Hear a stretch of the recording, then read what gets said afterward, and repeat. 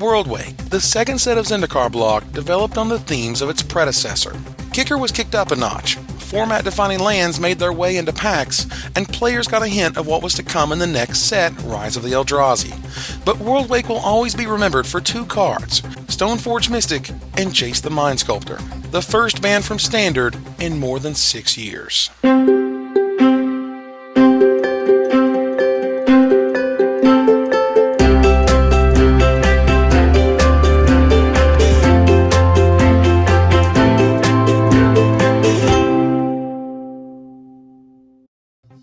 When millennia-old Soren Markov was still young, he teamed up with two other planeswalkers to imprison the Eldrazi, big nasty monsters that vacuumed up all the mana from planes, destroying them in the process.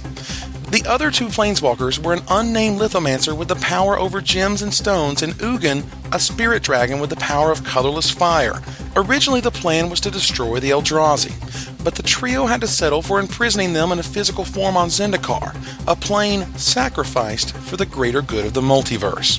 They agreed that if the Eldrazi should threaten to break out, they would return to Zendikar to keep the Eldrazi on lockdown. Soren kept his promise, but the other two did not. Ugin was slain by Nicol Bolas, and the Lithomancer's whereabouts are unknown. What happens next? We'll return later to find out. One of the strongest sets released in years, Worldwake has plenty to be proud of. Tournament staples included the Manland Cycle, a 5-card set featuring friendly color lands that can be activated into creatures, often called manlands, as a result.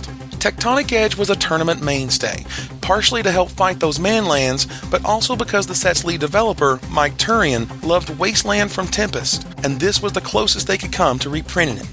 Getting double tech-edged was an oft-heard phrase, as players would wait until their opponents dropped their 4th land and then activate both of their tech edges to destroy 2 lands at once and get around the restriction.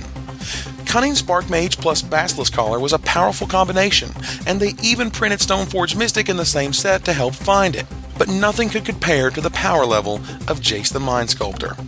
On December 15, 2009, Wizards of the Coast revealed the Worldwake Planeswalker Chase, a game where they would mail various pieces of Jace the Mind Sculptor to game stores around the country, and fans could put together the pieces themselves. In just a few days, by December 18th, the puzzle was complete. What would become the best Planeswalker ever printed was revealed just before Christmas in 2009. But we can't finish talking about tournament worthiness without combining Stoneforge Mystic and Jace the Mind Sculptor into a single, overwhelming force. At first, the cards weren't used together. While Alara block was still legal in Standard, the big menace was Jund, or black, red, green, the exact colors Stoneforge Mystic and Jace the Mind Sculptor were not. Early decks used Stoneforge Mystic to search up Behemoth Sledge and Basilisk Collar, and the Spread'em deck, featuring Spreading Seas, used Jace as a powerful finisher. The first major deck to pair Stoneforge Mystic and Jace the Mind Sculptor was Cawblade, which debuted at Pro Tour Paris in February 2011. Every deck in the event's top 8 had either the Mystic or the Mind Sculptor, but Ben Stark's winning list played the full set of both, as did 7th place Tom Martell. The printing of Sword of Feast and Famine, along with the powerful card advantage of Squadron Hawk, proved too much for tournament players, and when New Phyrexia saw print with even more powerful equipment such as Batterskull, the situation grew worse. In a landmark decision, Wizards of the Coast banned Mystic and Jace from Standard in June 2011, the first bannings since March 2005 when they put an end to Ravager Affinity. In a funny twist, Stoneforge Mystic didn't get banned completely. 2 copies appeared in the New Phyrexia event deck, War of Attrition, which Wizards had promised would be playable out of the box in Standard. To reconcile the promise and the ban, Wizards permitted the exact War of Attrition list to be played in Standard, but only that exact 75. Any alterations had to start with removing the Mystics from the deck. Jace the Mind Sculptor and Stoneforge Mystic remain defining cards of the Legacy format to this day. We left off with the 3 Planeswalkers creating a seal on the Eldrazi that could only be broken by the presence of 3 Planeswalkers at the Eye of Ugin and using the Breath of Ugin spell. Nicol Bolas sent his servant Sarkhan Vol, a Planeswalker gone insane, to guard the Eye. Chandra Nalaar, who stole a map to the Eye along with a scroll containing the spell, went searching for the Eye and found it.